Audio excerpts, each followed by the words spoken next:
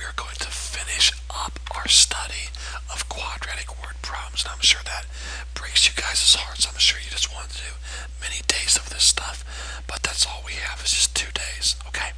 So today we're going to finish up our study of quadratic word problems. Now, hold on a second, my receiver's not working here in the mimeopad, so let me pause this real quick. Okay guys, I'm back, got that fixed, and we're moving on. Now, your heading for today is Chapter 5, Word Problems Part 2. Please copy that in your notes. Always have neat, organized notes. Write down the heading and write down today's date also, okay? Have neat, organized notes. It's really important. We will be looking at 2 word problems in this video, so it will be a short video. Enjoy that, okay? As usual, when it comes to word problems, I want most of the learning to come from the homework. So please, take great notes and listen well, and then work really diligently on your homework, okay? Use the help video. In the first word problem, should be an N right there, in the first word problem video, we looked at a formula that I called the drop formula, remember?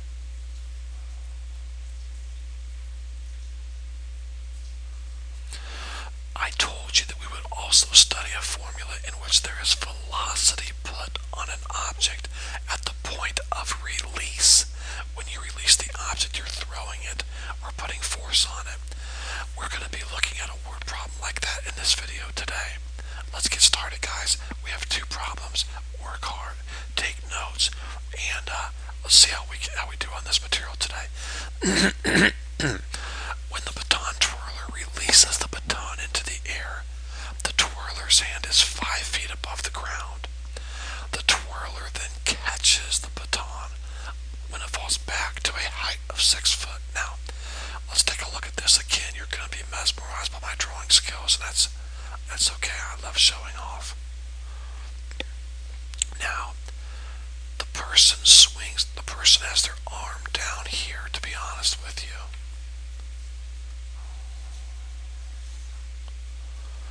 Okay, his arm's here, and he has the baton, and he swings his arm up, and he lets go of the baton about right here. That's about 5 feet off the ground, okay? So the baton goes up into the air like this. That's a really good line. It goes up and starts to come back down. He steps over, or she steps over and reaches high and grabs it about right here, about head level. So here, the baton, when it was released, was how far off the ground? 5 feet. Here the baton is how far he reaches it. Here she jumps up. Hopefully it's a she. She reaches up and grabs hold of the baton right here. It's about 6 feet off the ground. So that's what it's saying. My drawing skills have probably made the problem more confusing, but I hope that makes sense. So the baton twirler releases it at 5 feet, steps over, reaches up and catches it at 6 feet off the ground. How many seconds is the baton in the air? Now, as you can tell, we have velocity. The person didn't drop the baton, they threw it into the air. So here is your throw formula. Here is your throw formula.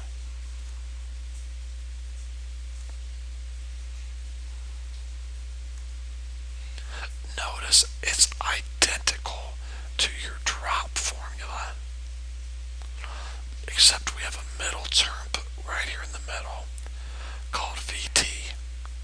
Alright, so they're pretty easy formulas to memorize. They're very similar. Nothing has changed. This is still your ending height. This is still your starting height. They both still have to be in feet. Okay? This is still your time. Both of these T's are your time. It's not changed, okay? Both of your T's are time. And the time is in what? Seconds. Okay? Here's the new little guy right here. V stands for what? You probably can figure it out. Velocity. And there's different types of velocity. Miles per hour. Feet per second. Miles per second if you're going at a super fast speed, okay, whatever it might be. If you're riding in the vehicle with my wife and she's driving, you're looking at miles per second, okay? Fast, fast. But in this problem here, notice we have feet in seconds, so your velocity must be in feet per second, or this formula will not work. Now, I want you to write all this down. I'm about ready to erase this, okay, and get into the problem. So if you want to pause the video, pause it. But I'm telling you now, there's the throw formula. And by the way, you're like, oh, I see. You're throwing something in the air. No, absolutely not. If you're standing up in the air and you throw something down, you'll use this formula because you use velocity. And oh my goodness, I forgot to mention this. If you throw something up, that's a positive velocity. If you throw something down, that's a negative velocity. So if I told you you threw a ball up in the air at 5 feet per second, that would be positive 5. If I said you threw the ball down 5 feet per second, you would put negative 5 for your velocity. Got it? Now, yes, I know the baton eventually came down. I get that. But you didn't throw it down. You threw it up in the air. You threw it up. So in this problem here, your velocity is going to be positive. If you throw the object down, it's going to be negative velocity. So when you go to substitute your velocity in for v, you would use a negative number. In this problem, we're going to use a positive number because we're throwing the baton up into the air. Hope that makes sense. I'm going to go ahead and erase all this. Please take notes on everything that I said. Please, guys. You really need to understand this material. Okay? Alright. So here's your formula. How do I know I'm using this? Because notice there's a velocity involved. Do you see the velocity?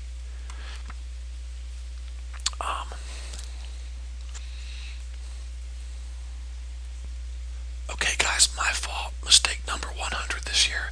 You don't see velocity because I forgot to put the picture into the word problem. So please turn to page 254. There's a picture off to the left of a young lady throwing a baton in the air, and it says its initial velocity is 30 feet per second. Okay, really sorry about that, guys. It's my fault. But the initial velocity is 30 feet per second. Alright. So, I'll write that up here.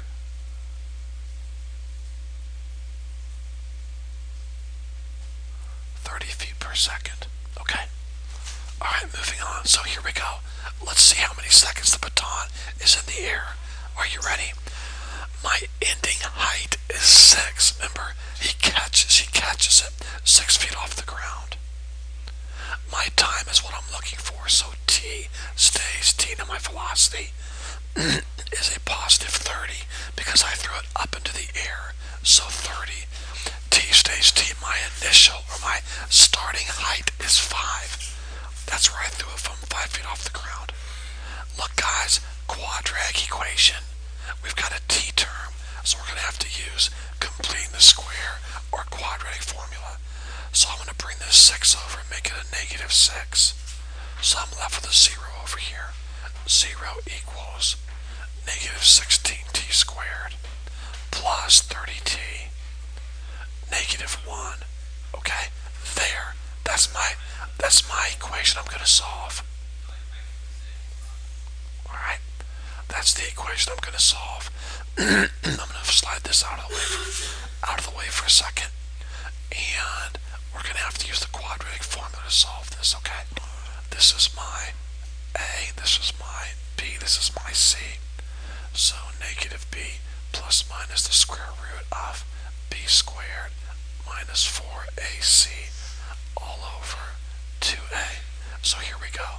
B is 30, is a negative sign here, so negative 30, positive negative square root of b squared. 30 times 30 is 900. Then we have a negative 4. Then an ac. We can do ac in our head. Negative 16 times negative 1, that's a positive 16. All over 2a. A is negative 16. 2 times negative 16, negative 32.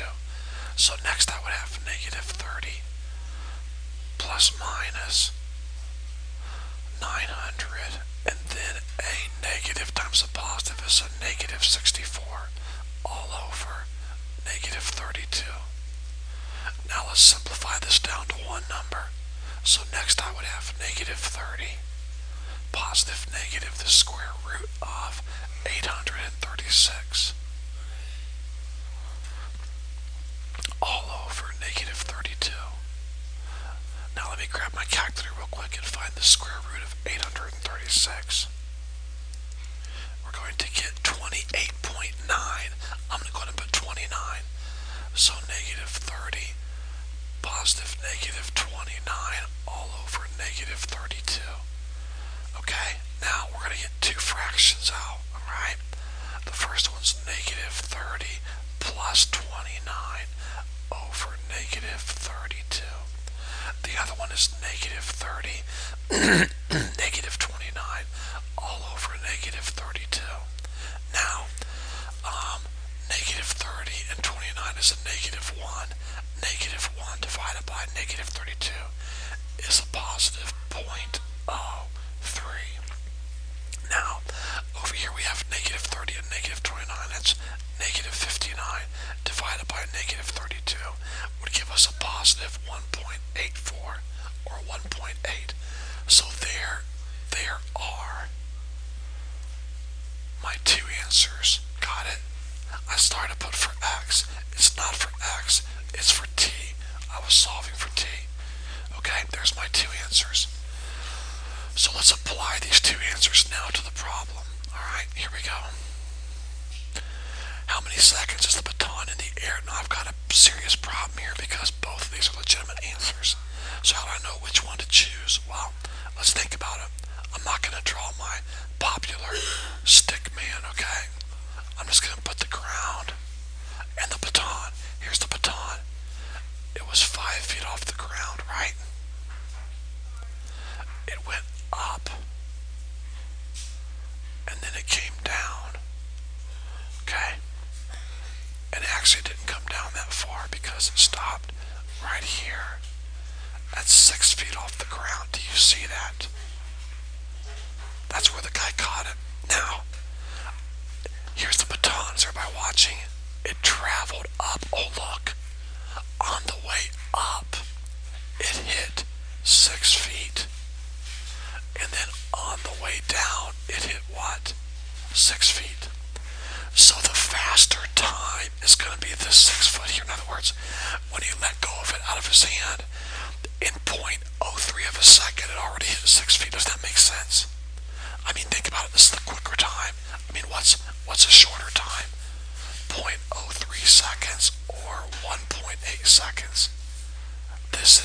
So that's why you have two times. That one's not the one we're looking for. The problem did not say how quickly did it hit 6 feet. It said how long did it take. How many seconds is the baton in the air? So the baton is in the air from here all the way to here, right here. Okay. So at this 6 foot here, that took 0.03 seconds. 0.03 seconds, and then at this 6 feet here, it took 1.8 seconds, okay? So the baton was in the air for 1.8 seconds. That's a great problem. Back it up and watch it again if you need to. Make sure you understand this. Last problem. From 1970 to 1990, the sales in millions of dollars, sales of a television and antenna company is given by this model here, where T represents the year. Okay, so I have a model here. Do you see it? The model is sales based on the year. Okay, so in other words, you can give me a year like 1979, and I can put that in for T and get out the sales. And by the way, I would not, listen guys, I would not put 79 in for T. If T equals 0 corresponds with 1970, like it says right here, then 9 would correspond with what year? 1979. So what would you put in for T? You would put 9 in for T. So if I wanted to know the sales in 1979, 1979, I would put 9 in for T and get out my sales. Or you can give me the sales and I can tell you what year it was. This model will do either one. Well, it looks like in this problem, they're giving us the sales, look, and they want us to find the year. In which year did the sales reach 95 million? So they're giving us the sales. We're going to put that in for A. And we've got to solve for T so we know what year it was. Now, notice A is already in millions. So when it says 95 million, please do not put this for A and then put an equal sign. Don't do that, okay? It's already in millions. So 95 million equals negative 0.2 T squared plus 3.5 T plus or positive 70. Now, I know these decimals are going to be a pain. I understand that, okay? But we've got a calculator, so let's use it, okay? So here we go. I'm going to slide this thing out of the way. I really don't need it right now. And I'll pull it back later. So there's my equation I have to solve, okay? There it is. Well, notice it's a quadratic equation. Plus I've got a T term, so I'm going to have to use the quadratic formula. So bring your 95 over and make it 0 over here.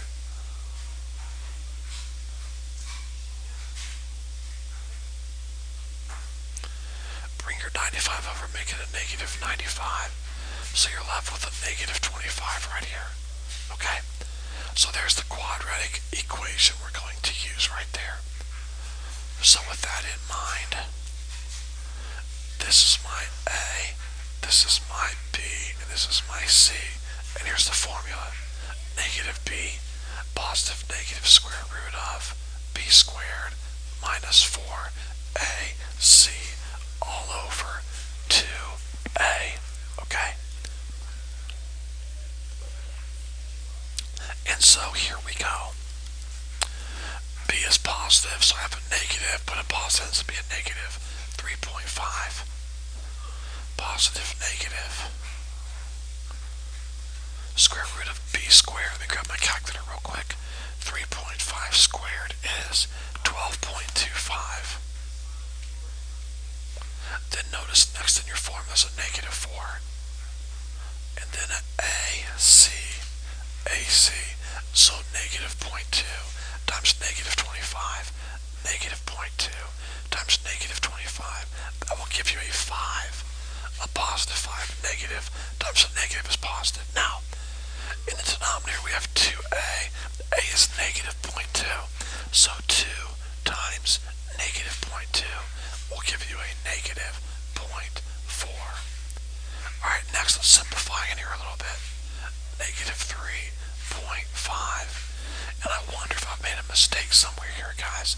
Let's go back to the problem and look. Because I'm getting...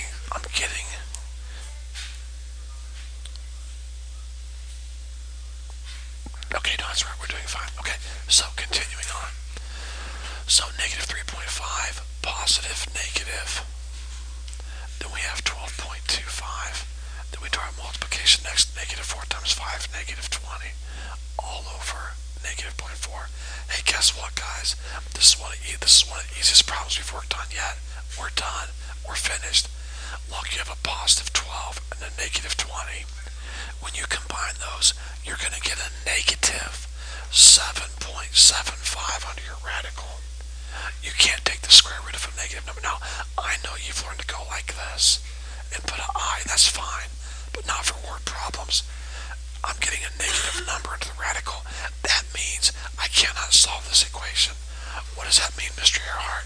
Well, it's actually pretty easy. There's never been a time when the profits were 95 million. Never. At least not in this time frame. Now, maybe the different year. This model right here is only good for the years 1970 to 1990. Now, could there be a time in 2010 when they hit 95 million? Maybe. But for these years right here, the company never made 95 million. So the answer is, what year did it happen? It never happened. So no solution or sales never reached.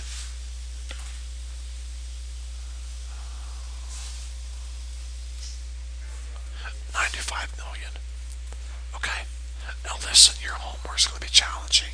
So use the help video. Work really hard. Okay? I hope this video has been helpful to you guys. If you have any questions, don't hesitate to call or email.